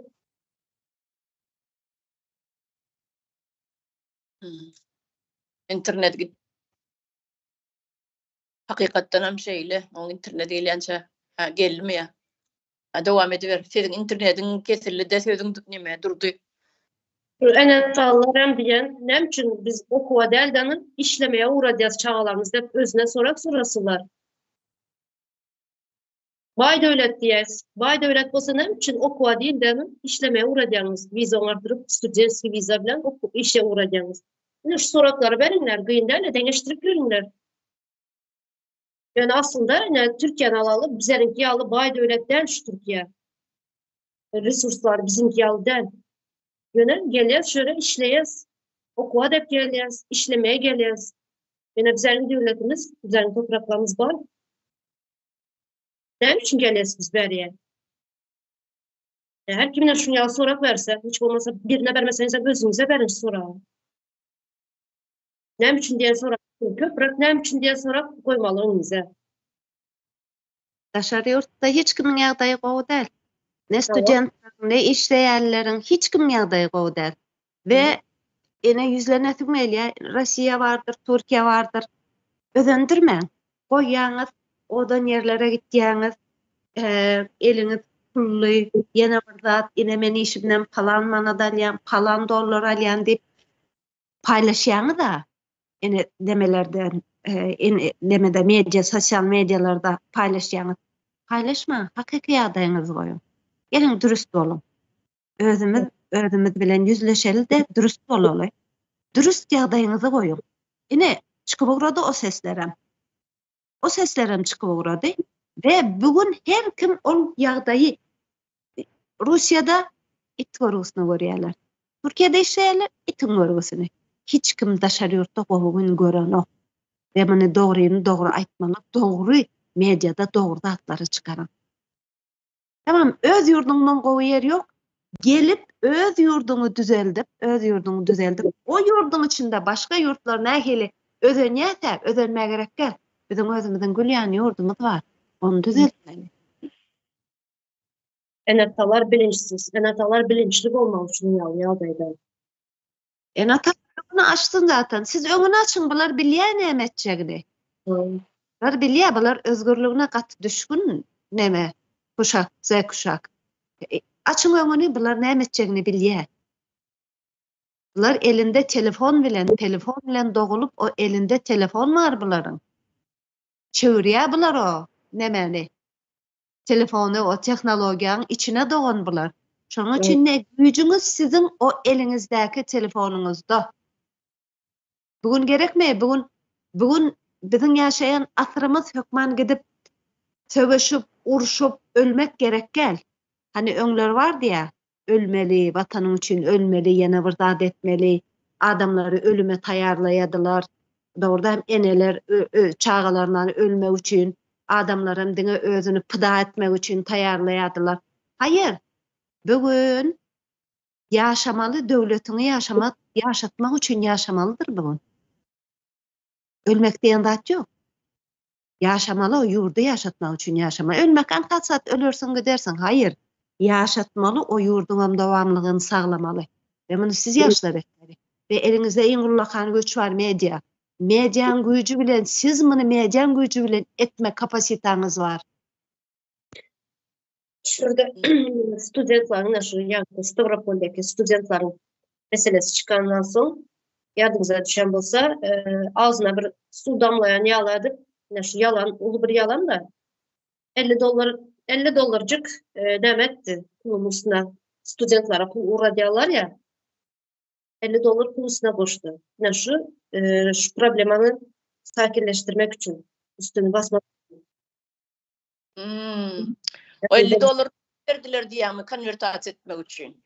Ama $50 yok. Yine $250 mı uğradıyadı? Şu limit vardı. Şunun üstüne yine $50 koştu. Arkadaş. Nestayda yankı studentlere gelsek var, men yine bir aytjakladım. Sonra gelýänçe. Aytlarym ýa-da dogry aýtdy. Meýejaňy eliňizde diýdi. Gollaň diýdi. Ne şu wagt biz 3 wagt gepleşýärdik otyrdyk. Şuňa her ýyňyz bir like bassaňyz, bir sana kommentary ýazsaňyz, şu gepleşik bütün Türkmenistan nirede bir Türkmen student bolsa bütün dünýäye ýaýrýar. Şu YouTube bilen okuyan döwletleriniň hemmesinde internet bar. Türkmenistan içinde yok diýeli bar ýokmuşyn. Ýöne başga döwletleriň hemmesinde bar okuyan ýeriňizde. Özüňize gerek maglumatlar alarsyň birinji bilen. İkinji bilenem jesurlaşmaga size bir azakany näme alarsyňyz özüňize görelli alarsyňyz. Indi ýene bir şu aýtjakladım. Näme üçin Türkmen studentleri kurs bilen Belgrad tarapy göçürýär. Kurşun gidip duran yerine göçürýär. Näme sebäp? Hani şol ortaýet beýleki döwletlerden gelen studentler bolsun, ýa gaýsy meýal Ýewropa döwletleri bolsun, beýleki Aziýa döwletleri bolsun, ýa Ýaponiýadan, ýa Hytaýdan, ýa bolmasa Arap döwletlerinden bolsun. Şol studentleri göçürsin, hani şol näme? Ya bolmasa Avustraliýa ýene diýdi, Angliýa diýdi. Şo döwletlerden okuyan studentler barda göçürsin, hani şol Belgrada tarap şolaň pasollary, şolaň ilçihanalary derrew öňüne alar hemme adam.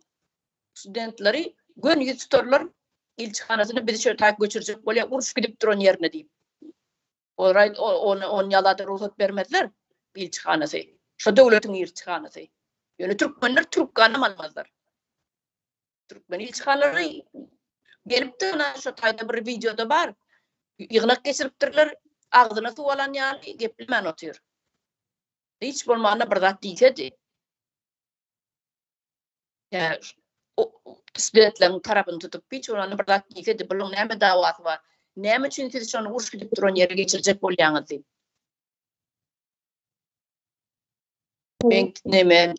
Men telefonum doňdumy ýa sizinki doňdumy?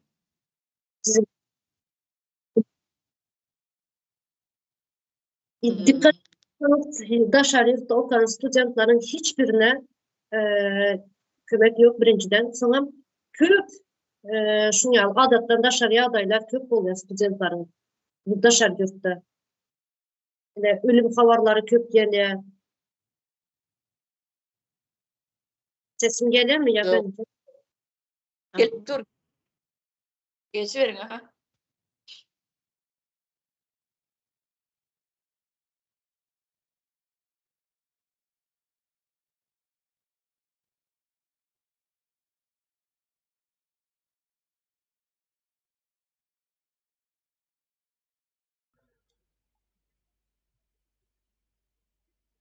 Milli Halas Ediş Komiteti halkyň düşünjeli bir parçasy bilen hökümeti alyp, soň halkdan millet kurmasa, ýene näçe ýyl şeýdip owazlanyp oturarsyz. Halkyň 90%y jahil we samimiýetsiz. Dogan-doganyň gözüni oýjak. Plan näme diýe?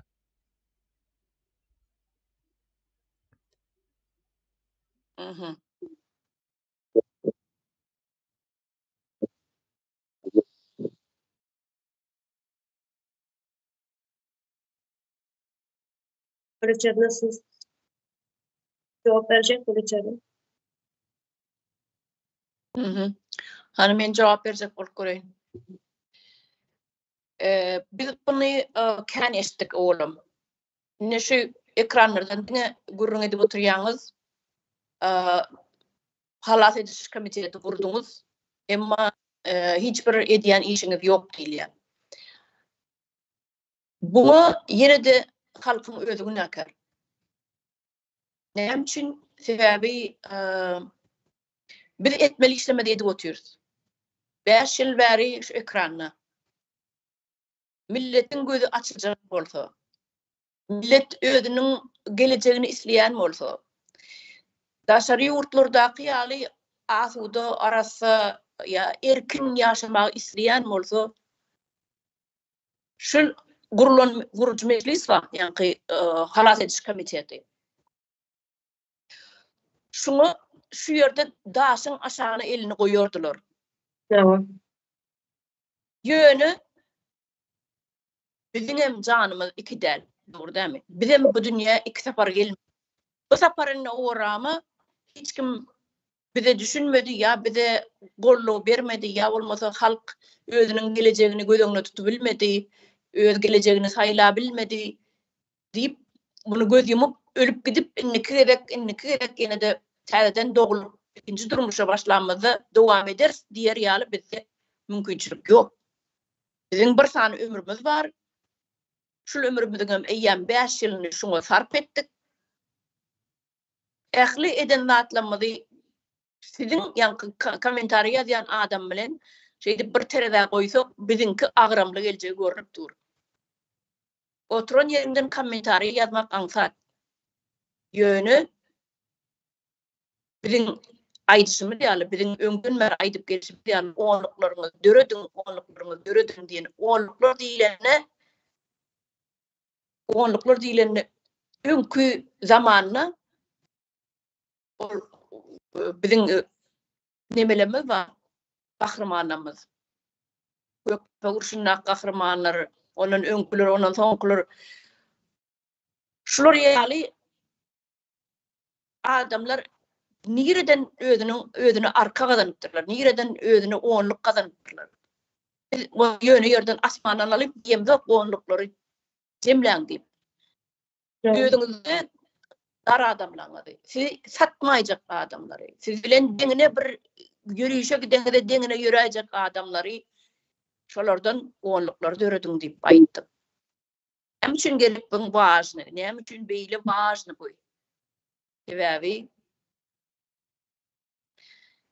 size bir zat bola, yani sizin arkanızda duracak adam gerek.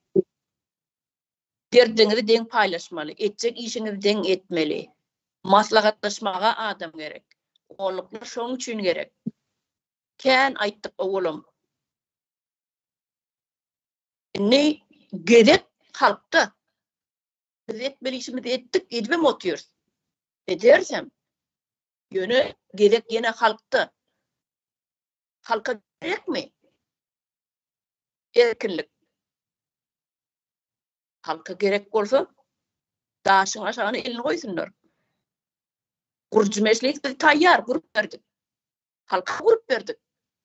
Men özüm için guramak, ya Türkçe öz için gurmadı, ya Yaşar öz için gurmadı, Hayat Hanım öz için gurmadı, Çağat için gurmadı, bütün halk için gurduk. Şeyler mi? Evet. Öyle çarına sonra hiç kime borçlu değil. Biz borçlu değil, biz vatandaşlık borcumuzu yerine yatırıyoruz. Biz vatandaş olup, şu yurdun vatandaşı olup, daşın aşağına elimizi koyup geliyaz mı? Ne için o daşı dinip belli bir adamlar götürmeli? Hani halk? Komentar yazana, hani halk nerede? Hani sen onlukla nerede? Bak onlukla sana bir zat bunun arkanda duracak. Hani sen çağa çuvalın için ne mi ettin? Gelecek çağların geleceği için ne mi ettin? Men demekleyen beyle kırdı der meselem şeradın 70 yıllap Sovet Soyuzu'nun nemesinde adamlar nemi deyler ona basılıp korkuzluk gelindi. Ondan sonra 33 yıl hatam neme halk cahilleştirildi, bilimsizleştirildi hava. Bu 100 yılın dowamında bastırılıp nemedik gelen halkı bir günde iki günde oyandırıp bolmaya. 4-5 yılın içinde geçilen yol katı ullakandı. Ve şu gün yine şeyle bunu deyip görüp bolya. Bundan 4-5 yıl iza git ve sen onu öz kelleğinde fikrine getirmeye korkordun. Eğer ne her ki soru, yine soru beryan biri olsa hayli provokatif bolsun, hayli beýlek sorak bolsun. Sen şunu berip oturammasan şu gün, sen ullakan yol etdin. Sen bundan 4-5 ýyl öň, ýa-ni 4-5 ýyl ize gideli, sen muny aklyňa getirmäge gorkýadyn. Bugün sen muny bu ýere ýazyp oturýarsyň. Bugün adamlar aralarında muny arkaýyn gürleşip bilýärler. Ve bugün bu insanlaryň birinji bilen gürlemesi gerekdi. Bunların gürlemesi bastırılıp gelýär. Birinji bilen gürlemesi gerekdi. Ve bugün TikToklary görüm. Metaforlaryň üstü bilen, sahnalaryň üstü bilen, nemelerin üstü, böyle gülkülü nemelerin üstü bilen problemalarını bu millet dile getirip otur. Gepläp otur. Hawa çağayanakdyr, dil açyp otur, ýöne açyp otur. Proses gidip otur. Ve gaty ullakan ütleşme var. Ve bu internetiň orta çykmagy bilen bir has hızlanjak. Ýöne millet olup elimize daşyň aşagyna goýmamyz gerek. Gaty uly ýol geçildi. Bugün millet çağayanak gürläp başlady, ýöne gürläp başlady. Bu gaty ullakan nemedir? Yol gaty gowy geçildi ve gaty gowy gidip barýar. Gaty gowy gidip barýar. Her kim çar taraftan çıksa bu hükümetin bir günem oturmak hakkı yok. Yani oturup kalıp bilmez. Çar taraftan çıkmalı. Çar taraftan görülemeli. Problemaları ortaya çıkıp aytmalı. Bu düşünýän halka köpeýýär. Millet gaty gowy gidip otur. Millet şu wagt dil açyp otur. Bu proses başlady, bu proses durdurup bolmaýandy. Durdurup bolmasyn. Her ýol bilen durdursak bolam. Siz muny ýuwaşladyp bilersiňiz, ýöne durdurup bilmersiňiz. Loptron olsa gaspada diýerler. Ýa. Tamam. Sorak var mı Abdurrahman? Häzirlikçe Evet. De şunu aç. düýpli sorak ýok diýin.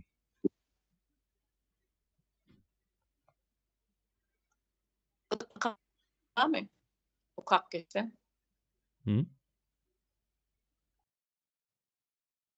Öyle çadırların interneti piyasası diyen de. Internetim emka. Tamam. Neme. Ýa-ni başlara bir geçen studentlere ýene de bir aýyn özüňiz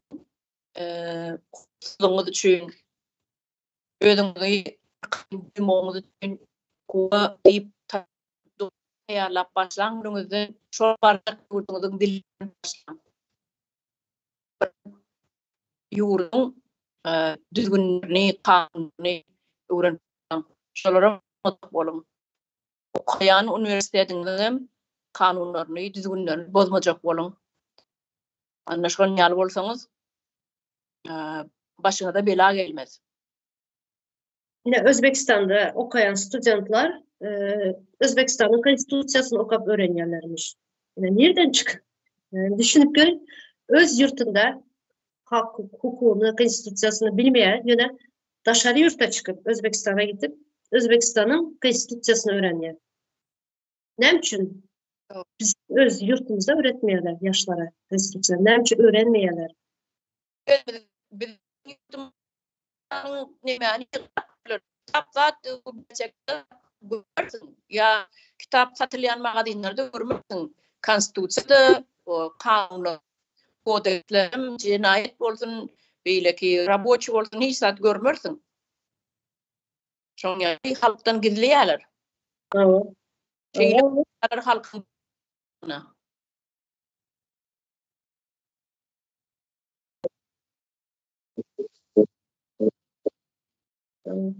Bizim cemiyeti köp aýtsa jahil kaldık da. Cahilleştirildi. Yani cemiyet. Yani yine de düşünceli adamlar var. Yok değil. o kadar da yani iza kalmadık. Yöne şulara şu konstitüsiyon kitaplar en yeter der. Yurtun içinde ben hazırlamaya götürüm. Yoksa yurtun dışında bulsa Google'a girsen Türkmenistan konstitüsyosunda bir yazsan çıkıp dur. Yine yurtun içinde bu zatlar en yeter der. Şunun için yurtun dışında ildeşlerinize yüzlenen haklarınızı okan, hukuklarınızı, konstitüsyonu Google'a yazsanız Türkmenistan konstitüsyon haysi kodeksini, cinayet kodeksi var, zahmet kodeksi var, çağların hukukları var, hem kodeksler var, konstitüsyon haklarımız. Şuları yazıp Google'a yazıp öğrenin. Öğrenin, öz çağlarınızın hem son haklarını koruyabilin. Bu berde enetallara köp demekçi. Çağlarınızın hakları için konstitüsyon okun, çağlarınızın hakkını koruyabilin. Hiç olmazsa.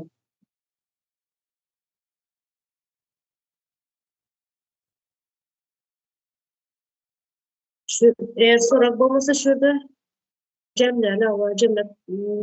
Çünkü öyle içeriden internet katı asmalar için.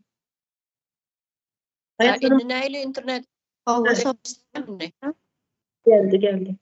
soralar olmasa şu yerde neme daymalı, cemlaymalı. Menem son kayıtçak dedim. Yaşlar siz bir güçtür. Siz bu potansiyalınız bilen ulu mümkünçilikleriniz var. Mümkünçilikler bilen bu potansiyal bilen siz bir rejimin çamalağını şaşırtıp bilýäňiz. Yeter ki siz kenetlenin birbirinizi ve ol demeňizi keleňizi diňe şolu gurda işledin. Fantaziyalarınızı coşuşturun, kenetlenin, sosyal nemelerde, medyalarda platforma döredin. Bilmeyen bir studenta ya da bir yaş yine nememize yaşlarımıza bir zat olsa destekleme yugurun. Köpçülüklerini desteklen. Gelin bizi de destekleyin bizim platformada. Siz için ideologiyani, siz için uğurlu otlu terzi Türkmenistan. Bu siz görün 100'läp, 200'läp, 500'läp, milyona yetse şu yerdeki nemeler aboneyalarınız siz görün nähil ütleşme bolýar. Sadece medyanın üstü bilen. Kreativ nüm olun. Güç sizedir. Gelecek sizinkidir. Yaşlar neme Türkçe adın var. Ama şu kadar geçen yine Türkiye'de gençler kolları da nemeler var. Dernekler oluyor. Bir ara toplanıyorlar. Yani sosyalleşip örgütleşiyorlar gençler. Yine şuları bizlerin yaşlarım, studentlarım şunyalı örgütleşsinler. Çünkü devletin geleceği sizlerin elinizde yaşlar. Devlet siz alıp Benim onunla ortada şu yaşlara, taliplara araňyzda okuyan fakültetinizde araňyzda şol üniversitette birinci talipleri, ikinci, üçüncü, dördüncü, beş, altıncı kursların talipleri hemmeňiz ama ağzınız bir bolsun, birem içinizde şol yerdäki kadr kanunlaryny gowy bilýän bolsaňyz, şolar bilen özara argatnaşyk saklaň, telefon nomer alyşyň, düşünmeýän datlaryny düşündirip beriň. Täze gelen esasany birinji, ikinji kurs täze gelen studentlere yerli günleri dokumentleriň soragynyň geçmedigi barada şolar ýaly düşündiriş işler iň bolmanda 6-njy güni bazar günleri okuyan näsiňiz şu günleri akşam ara mana bir Zoom ýygyna edin. Heriňiz başga ýerlerde ýaşap bilýänsiňiz, emmeňiz bir ýerde delsiňiz, şoň üçin Zoom ýygyna gitmek bolun. Şol Zoom ýygynakda şol birden täze düzgünleri bolup biler üniversitede. boljak, geljeki bayramçylyk barada, ya ýene bir zat barada, ya ýygnak barada, ya sessiýalar barada, ya täze gelen kitaplar bar, ya täze fakultetine girilen programa bar. Hem zatlar bar, täzelikler barada bir platformacık açıngda Zoom ýaly ya Skype ýa şoda ýygyna gidinde bilýänje oglan gyýlar bir azajyk öňräkden bäri okan şu taýyň düzgünde öwrenen oglan gyý baba bolsa şu baş bolanda öwredip durun. Ne şu taýdan şey diýip neme bolýar. Kynçylyk bir radyň ýaňy. Ýa-ni şu ýygnaçyklarym göz araňyzda bir onluklar döredip bilýär. Ne şu aýdaýyn edim. Man araňyzda baş bolun kyskanma, birem kyskanma. Şu bilýän dadyňyzy beýlekleri öýdüp, aýdyp öýdüp durun. Paýlaşyp durun. Bilýän informasiýany bar bolsa paýlaşyp durun. Bunu kıskançlyk edip, ya göýüplik edip biriniň düşen bir argumentyň üstünden gülmäň.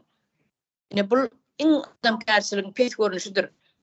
Näme bilýän bolsaňyz paýlaşyňmy dama, özüňiz gabryp bilmersiňiz. Şonu aýdaýyn edim. Sag bolun. Ondan bir zat koşup geçeyim. Yurt dışında studentler Türkmenistan'ın kaysı vilayetinden bolsun ya da Türkmenistan'ın yaşayan vatandaşı kaysı milletten bolsa millet parasını etmeyin. Yani birbirinize düşman gözünden seyretmeyin. Çünkü hemmemizden bir vatandaş, hemmemizden bir yerde, bir toprakta doğduk. Yine guluklarına ehledip guluk askerlerine ehledip millet parasını edip unut, ayrıyalar, şunu birbirine nefret ettiriyorlar. Şunu yalı olmam. Çünkü hemmemizden bir adam, bir yurtta doğduk. Hemmemizden bir vatandaş. Onu millet parazlığı bilerek ettirdiler. Siz bunlara uymayın. Yani Z kuşağı da bir yana Hayat Hanım'a ait geçti. Siz de bilinçli, Z kuşağı, akıllı, bilinçli, zeki. Şunun için şun yalı köne oylar sistema var, rejim. Halkı millet parasını edip ayırıp birbirine düşman et görkeseler. Siz bu zatlara uymayın. Özüm cemledim.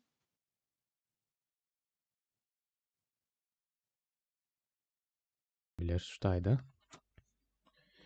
Jemlemezden ozal ben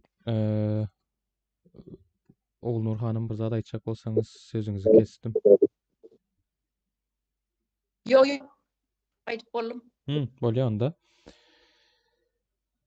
Jemledik diýeli, onda gitmezden ozal şu kanalymyza yardım uğratýanlar, pul yardymyny uğratýanlara Ihlas, Leon, Cennet, Umyt beýleri dagy şolara köp sag bolsun aýdýan. Bu eden kömekleriniz hökman sistemada yerini tapar. Şunluk bilen onda sag bolun. Benim sağ olsun aydan ildeşlerimize. Adına koşanlar için köp sağ olsun. Aslında neslimiz için, geleceğimiz için ne götürsünüz bize tabii. Sağ olun.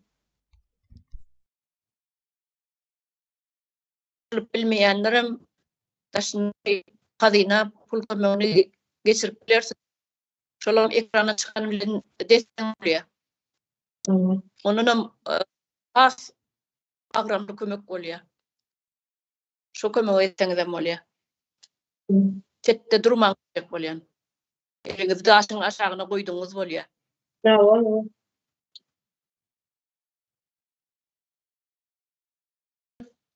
Elini gydaslydy. Sizem sağ olun. Vatandaşlar sağ olun. Sağ ol. Sağ olun. Sağ olsun aýdaly.